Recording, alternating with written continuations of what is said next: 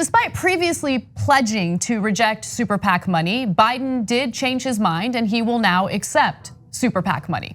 Now, this is something to keep in mind when it comes to various issues like climate change, okay? If he's gonna take money from the fossil fuel industry, is he going to push for the right policies to combat climate change? Well, he was asked about this by a Sunrise Movement activist, and pay close attention to what I consider the degrading way or degrading language he used to talk to her. I'm from Sunrise and I'm terrified for our future since you reversed and you're now taking super PAC money. Since you're now taking super PAC money, how can we trust that you're not fighting for the people profiting off climate change? Look at my record, child. Look at my record. Is you fight to go into the Iraq war and you that's not right. So that was a great question. How can we trust you to do the right thing when it comes to climate change if you're gonna take super PAC money, if you're going to accept money from the fossil fuel industry? And his answer was, look at my record, child. Okay, fair enough. First of all, I don't like the fact that he referred to her as a child, but if he wants us to look into his record, we can do that right now. You wanna do that right now? Can't wait. Yeah. Can't wait. All right, so Joe Biden asking ye shall receive. First of all, you got the bankruptcy bill. I asked about this to his handlers in the spin room after the last debate. They laughed it off. It is a fact. He was a proud author and sponsor of the bankruptcy bill, and he still brags about it. That is the bill that says you cannot discharge student debt. So trillions of dollars in student debt, albatross around all those students' necks.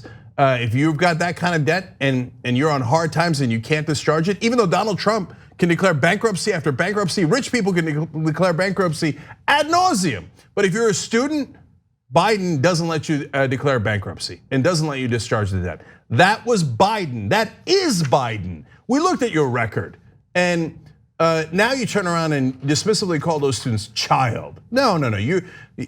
Your dismissive attitude is gross. Here, let me quickly run through some of the others. The '94 crime bill wound up imprisoning millions of people over all of these decades. Was draconian. He bragged that an earlier version of the bill gave people a death penalty for everything but jaywalking.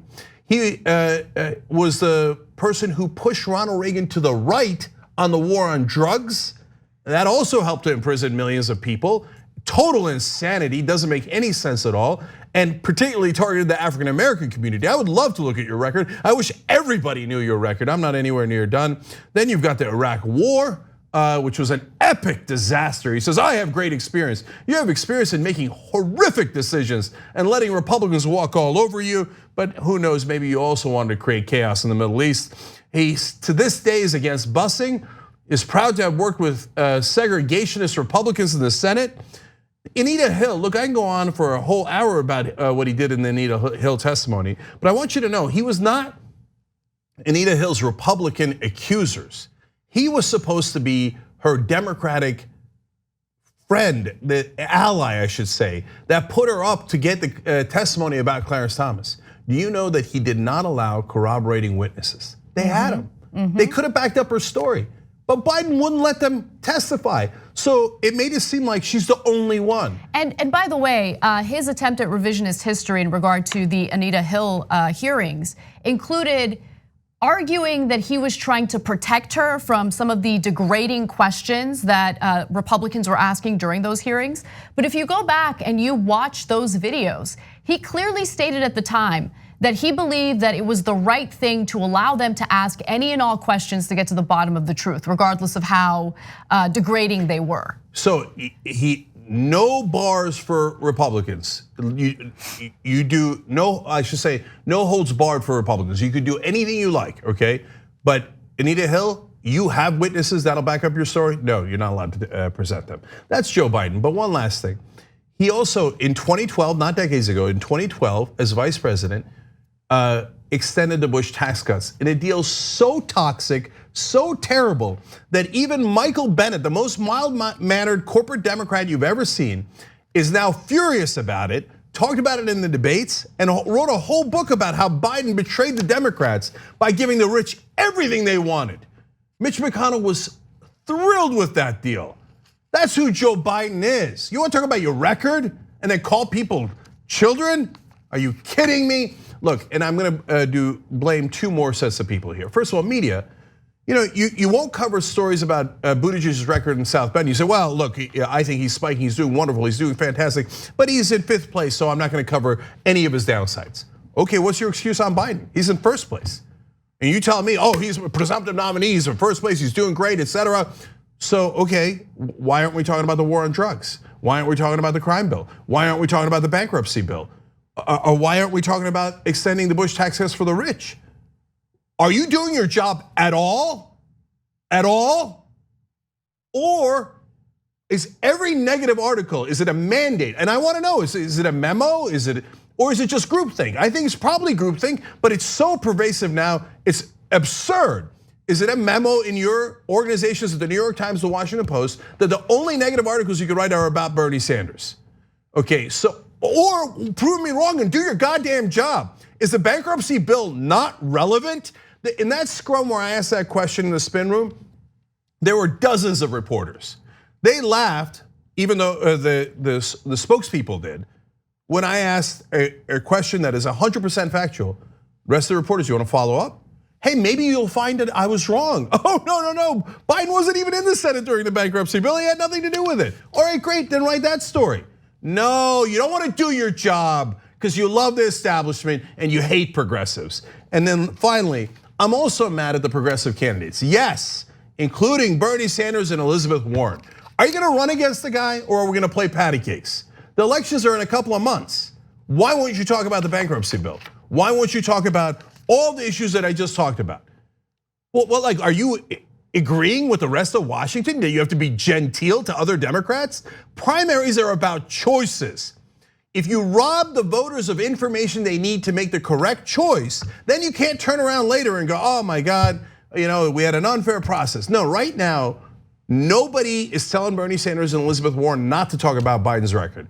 If they continue to make that mistake and people vote without knowing Biden's true record, it is on them. It is a terrible, terrible mistake that they should immediately correct. Yeah, I think you're right. I don't think that Bernie is the type of person who fights like that, but I think that this is a very unique time and this is when he absolutely should. Here's the thing, he's gonna get attacked regardless. The corporate media will attack Bernie Sanders regardless of what he does. They're attacking him right now and he's not even going after Biden.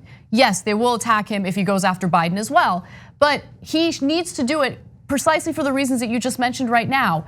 We can't assume that all these American voters are paying close attention to the records of every single candidate. They don't have the resource of time to do that. So it's important to take advantage of those debate moments to draw clear distinctions between yourself and the other candidates, especially I can't even believe it, the front runner still, Joe Biden.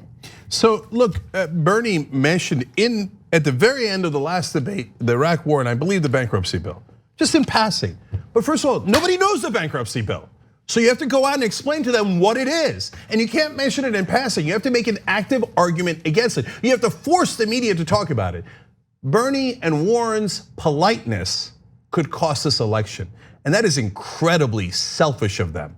I don't want to be perceived as the bad guy by Chuck Schumer and Nancy Pelosi. They already think you're the bad guy. Well, they already hate you. They already do dinners with big dollar Democratic donors, plotting not against Elizabeth Warren, but against Bernie Sanders. Right. Chuck Schumer and Nancy Pelosi actively go to those dinners and they plot your demise. Your politeness can cost progressives everything. Stop it already. So enough about what we think. We actually want to know what the audience thinks, and we'd like you to participate on a poll regarding this very question. Are Warren and Sanders being too soft on Biden? And you have two choices there. Yes, they need to do a much better job of exposing Biden's true record, or no, we have to maintain Democratic unity so we can defeat Trump in the general election. No, you say that with smiling, but no, I know. I've heard that a lot of people. So first of all, that's why I framed it as fairly as we can. A lot of people believe that. I don't know how many people in our audience believe that. That's why I'm curious. That's why we're asking you. It's tyt.com/Biden to vote. We'll share the results with you guys tomorrow. But if you ask everyone in the corporate media and everyone in the Democratic Party outside progressives, they'd be like, oh, no. We have to unite, so don't ever attack anybody. Well, how about all your attacks against Bernie? Well, that doesn't count, he's a progressive, so screw him. But we have to unite, and you have to never, ever criticize anyone you're running against, because you'll cost us the election. I mentioned one of these things in passing on Twitter. Immediately, 3 tweets in response. Oh, no, Jake, you're gonna cost us the election. Hide what Biden, you think Trump is gonna hide Biden's true record? You think the Republicans are gonna be like, oh no, let's take it easy on Biden? What a stupid idea to not share his record and to let the Republicans spring that in the general election. It's almost as if it was the same thing they did with Hillary Clinton, where they said, don't talk about her true record in the primary. And then it turns out Republicans decided to do it anyway in the general election. Guess who won that election? They never learn because they don't want to learn. The point of the primary is to choose the best possible Democratic candidate to go head to head with Donald Trump. But more importantly, someone who has the right policy proposals and who's gonna fight for the American people. So if we're gonna play these games and be soft on the worst possible candidates, I just think that it does the American people a huge disservice. So please answer that poll, let us know what you think. And again, the URL is tyt.com/Biden, tyt.com/Biden. Thanks for watching The Young Turks, really appreciate it. Another way to show support is through YouTube memberships. You'll get to interact with us more. There's live chat emojis, badges. You've got emojis of me, Anna, John, JR. So those are super fun. But you also get playback of our exclusive member-only shows and specials right after they air. So all of that, all you gotta do is click that join button right underneath the video. Thank you.